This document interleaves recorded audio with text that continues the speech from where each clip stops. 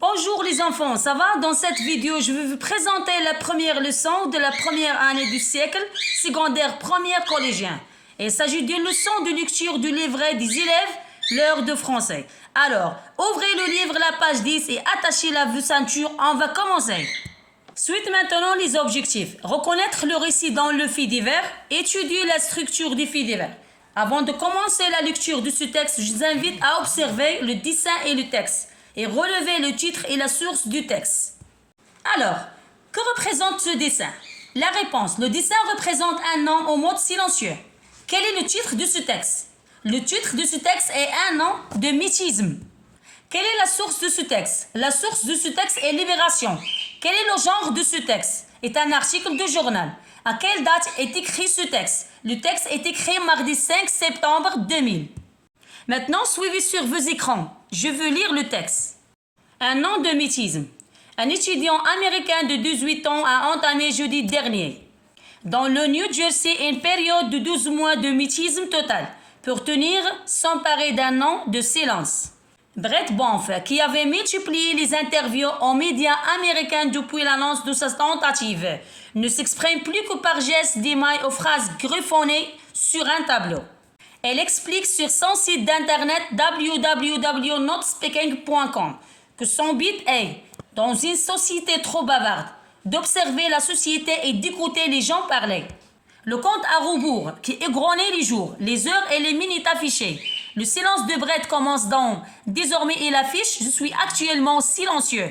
Le jeune homme va tenir un journal quotidien sur son site web et a déjà reçu plusieurs centaines d'emails. On va voir le sens du vocabulaire ici. Not speaking est compter à rebours. Not speaking, c'est en anglais textuellement pas de parole, silence. Et compter à rebours, c'est compter en revenant en arrière pour arriver à zéro. Maintenant, suite la question de la compréhensive. Je comprends. D'où tirer ce texte? Observez l'illustration. Quel rapport peux-tu établir entre le geste des personnages et le titre des textes? Et la réponse? Ce texte est tiré d'un article de journal publié dans Libération, daté de mardi 5 septembre 2000, étant donné que le titre du texte parle d'un élève américain qui a décidé de passer une année en silence, et le geste des personnages dans l'illustration est lié à cette décision de silence. Suite maintenant les autres questions, je développe. Quel est l'événement rapporté dans ce texte? Où l'événement rapporté a-t-il lieu? Quel est le but poursuivi par le personnage? Pour quelle raison a-t-il conçu ce projet? Par quels moyens Brett communique-t-il avec tout le monde extérieur? Son entreprise a-t-il eu du succès? Qu'est-ce qu'il montre? Et la réponse était, l'événement rapporté dans ce texte qu'un étudiant américain de 18 ans nommé Brett Banff a commencé une période de 12 mois de mythisme total. C'est-à-dire qu'elle a décidé de ne pas parler pendant un an. L'événement a eu lieu dans le New Jersey, aux États-Unis. Et le but poursuivi pour le personnage Brett Banff est d'observer la société et d'écouter les gens parler dans une société qu'il ne considère comme étant trop bavarde. Elle a conçu ce projet pour faire une expérience personnelle et pour se démarquer dans une société qui parle beaucoup, afin de prendre du recul et d'observer la communication humaine. Brett communiquait avec le monde extérieur en utilisant des gestes, des mails et des phrases griffoniques. Sur un tableau, elle a également prévu de tenir un journal quotidien sur son site web.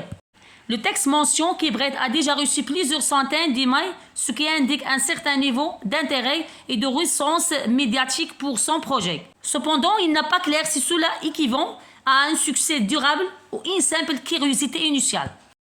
Je retiens. Le fait divers est un fait réel relatif dans un journal. Elle fait l'objet d'un article assez court. Elle rapporte un incident émouvant ou des faits insolites. Elle commence par un titre qui attire l'attention. Elle va à l'essentiel et répond aux questions qui, quoi, quand, où, comment, pourquoi. Avec quelles conséquences. Le passé composé est le temps le plus utilisé dans le fait divers. Et à bientôt!